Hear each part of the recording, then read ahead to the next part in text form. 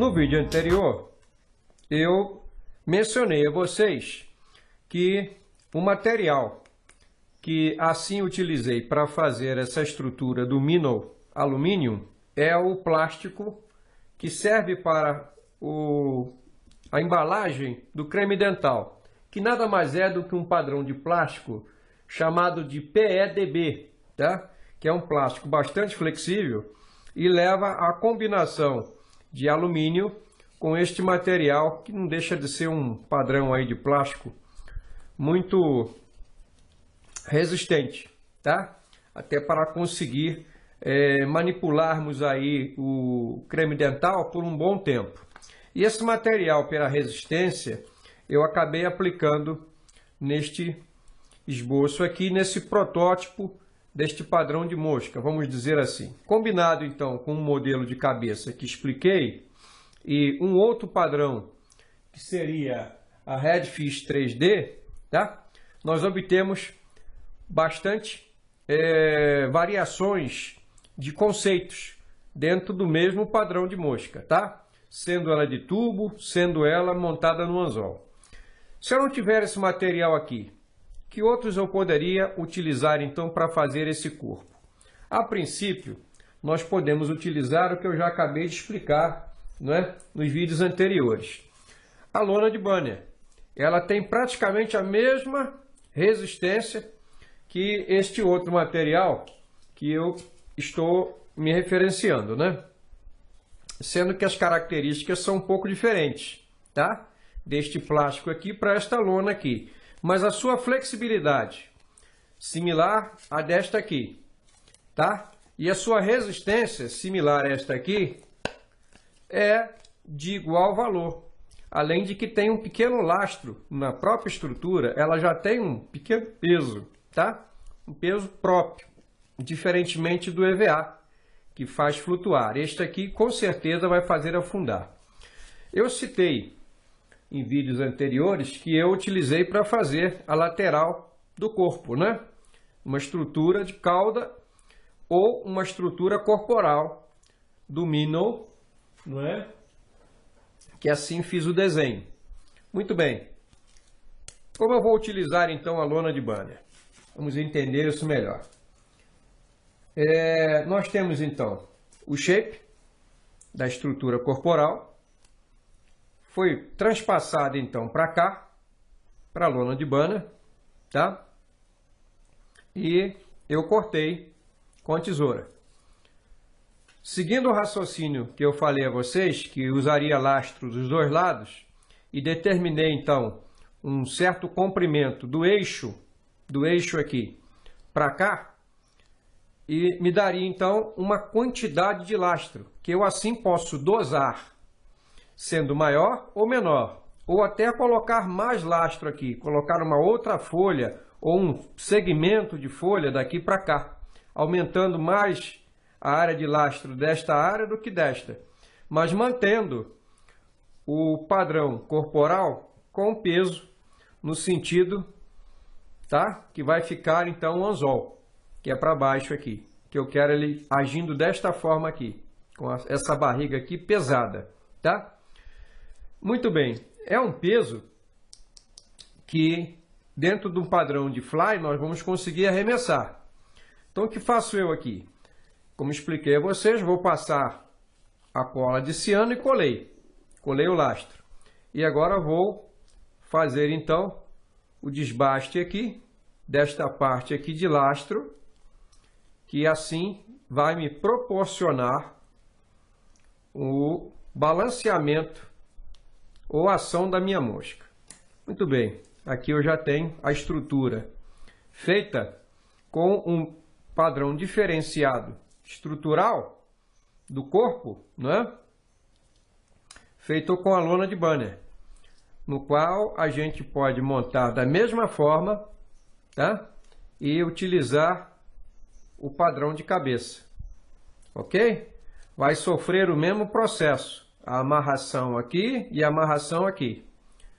Cola-se na parte interna e utiliza-se. Muito bem, mas se eu quiser então um padrão flutuante e eu não tenho este padrão de lona de banner, Como é que eu vou fazer? Um outro processo construtivo vai como uma dica aí, que já foi dada em 2019. Essa dica já foi difundida na minha página Melockfly, no álbum Cabeças 3D e Corpos Reciclados, no qual eu apresento esse material aqui, tá? Que nada mais é do que um material aqui nessa superfície de polietileno, que não deixa de ser um plástico, na parte inferior uma folha de alumínio e por baixo o EVA, tá? Esse EVA aqui foi colado nesta folha com uso de cola de contato e sofreu um processo de compressão de forma a ficar achatado e comprimido, tá? Ele foi comprimido, amassado e colado aqui. Com isso eu tenho um material muito similar a este aqui utilizado para a embalagem de creme dental, tá? Nós temos aqui um material flexível, bastante resistente e com acabamento em alumínio, tá? A parte de dentro, por ser EVA, aceita bem a base de cianoacrilato aqui para colar. Como eu consegui chegar nesse material? Quem tiver curiosidade de maiores detalhes, lá na minha página, neste álbum que eu citei, vocês vão encontrar.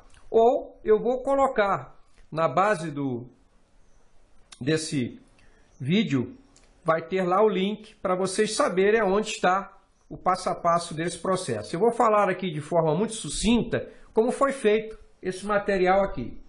Esse material sai de caixas no padrão Tetra Pak. Qualquer caixa no padrão Tetra Pak, nós podemos fazer a reciclagem para esse fim, tá? Como eu fiz isso? Eu abro a caixa, geralmente eu costumo usar a caixa de leite, tá? Mas essa aqui também serve. Eu abro a caixa, tá? Faço a limpeza e corto essas faces aqui e coloco dentro de uma bacia com água, só água. Deixo lá por volta de 24 horas. O plástico que está aqui, ele não reage, mas o papelão que está aqui por dentro, ele vai inchar e vai soltar. Quando soltar, ele vai soltar o alumínio.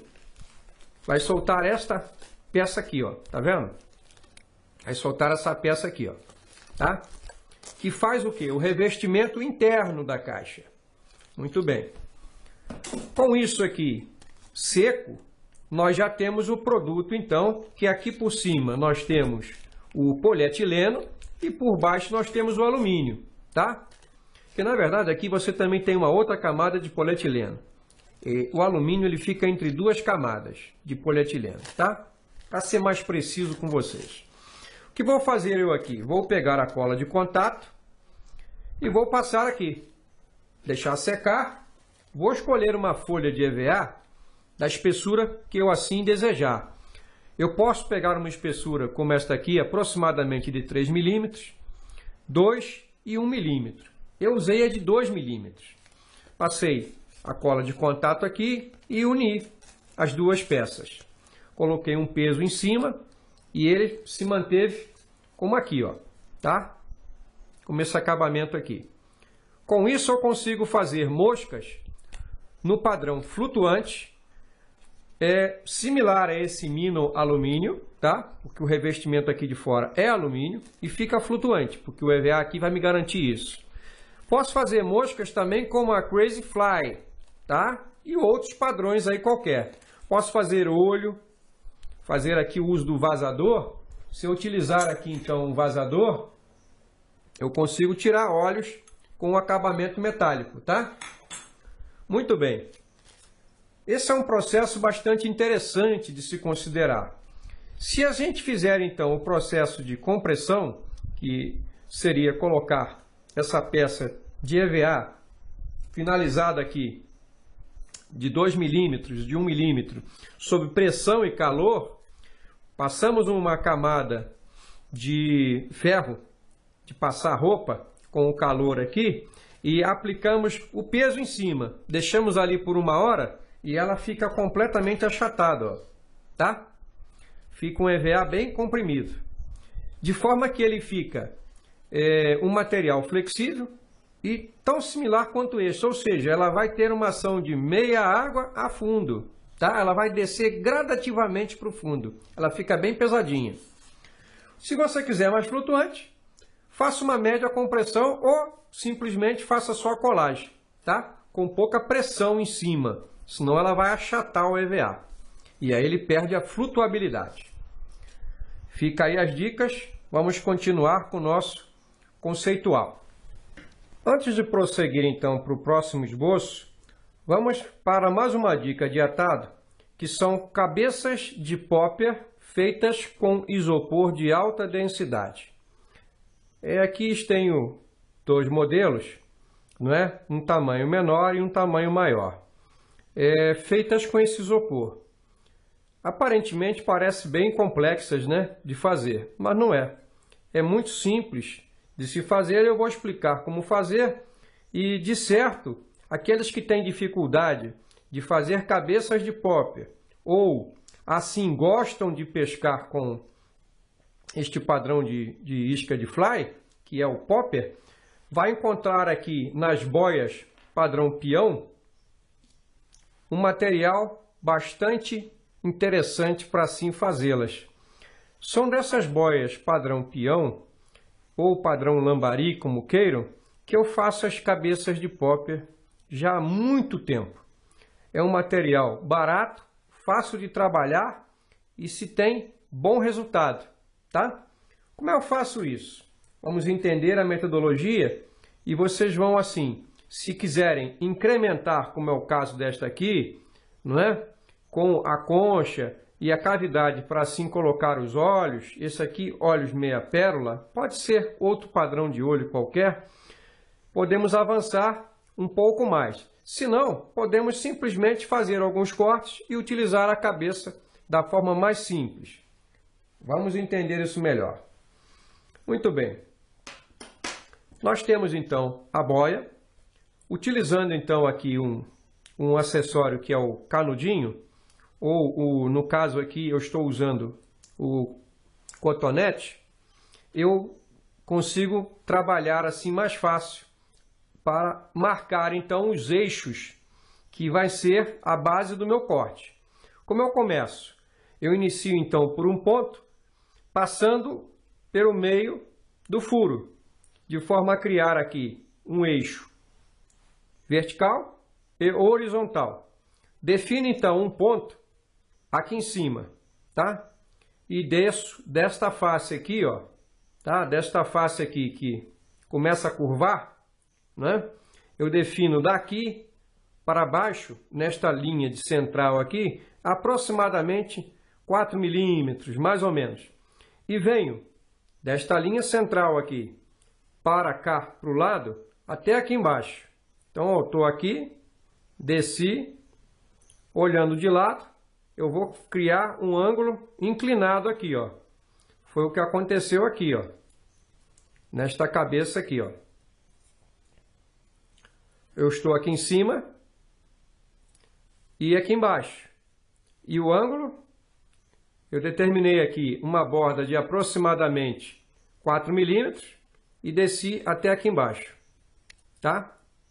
E cortei. Muito bem. Eu pego a minha lâmina e seguindo o que já assim determinei com a caneta, eu já tenho a face exata de corte.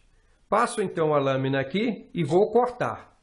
Quando essa lâmina assim fizer a finalização do corte, nós temos aproximadamente isso aqui, ó, que vocês estão vendo aí, ó, tá? Ó.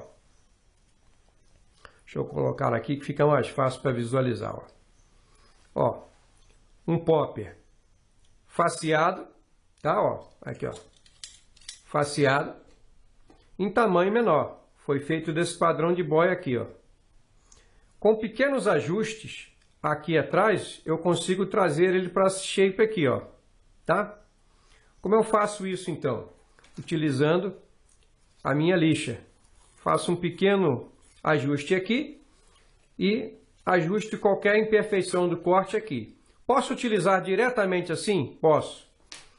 Basta então fazer aqui o uso da minha linha guia, a minha linha guia aqui, para determinar então o eixo onde o anzol vai ser encaixado, que é o que aconteceu aqui. Eu passei depois uma pequena serra e assim escavei aqui o eixo do anzol. Muito bem, o anzol vai entrar aqui e nós temos então uma cabeça de popper. Ah, mas eu gosto da cabeça de popper como esse caso aqui, com a concha. Como é que eu faço essa concha? Eu determino então o diâmetro que eu vou escavar e eu posso, utilizando então um vazador aquecido, eu faço o primeiro contato aqui superficial, de forma a fazer o primeiro escavo. E depois, com uma broca de esmeril com meia-lua, eu vou com a Dremel o mais lento possível fazer essa rotação aqui, ó, nessa primeira concavidade. Com isso eu já começo a escavar. E aí encosto, faço um pequeno giro e tiro. Se eu deixar direto rodando aqui, como se fosse no EVA ou na balsa, vai acontecer do isopor derreter. Então ele não vai escavar, ele vai derreter. O calor em vibração com a broca, ele derrete. Então nós temos que fazer 1, 2 giros e tirar. 1, 2 giros e tirar. E vai escavando, tá? Conseguimos obter então a concha. E quem quiser avançar mais? Ah, eu quero fazer o rebaixo dos olhos. Como é que você faz isso? Eu determino então, utilizando então essas minhas linhas aqui, ó, que sobraram como referência, eu determino o ponto que eu quero o olho. Eu quero o olho aqui e aqui. E vai ficar neste ponto aqui, né? Eu vou escolher aqui um olho grande. Eu quero colocar aqui. Como é que eu escavo então o buraco aqui? Eu vou procurar, logicamente, que um pino de metal que seja mais ou menos desse mesmo diâmetro. Aqueço e encosto. Lentamente, não demais. Vou escavando lentamente, encosto o pino e tiro. Aqueço de novo mais um pouquinho, encosto e tiro. Lembrando que o isopor ele é muito frágil, ele derrete muito fácil. Se você não tomar cuidado, você perde a cabeça do popper. Tomando cuidado, você tem um padrãozinho muito simples. Aqui, ó. Esse aqui eu escavei com esse pino aqui, ó. Tá vendo? Aqueci, coloquei aqui, ó. Aqueci, coloquei aqui, ó. Derreteu. Aí basta a gente escolher então um padrão de olho, que assim a gente quer utilizar. Pode ser um desse aqui, padrão tipo boneca, ou esse aqui, ó, padrão tipo de vidro, ó. Fica bem legal, tá?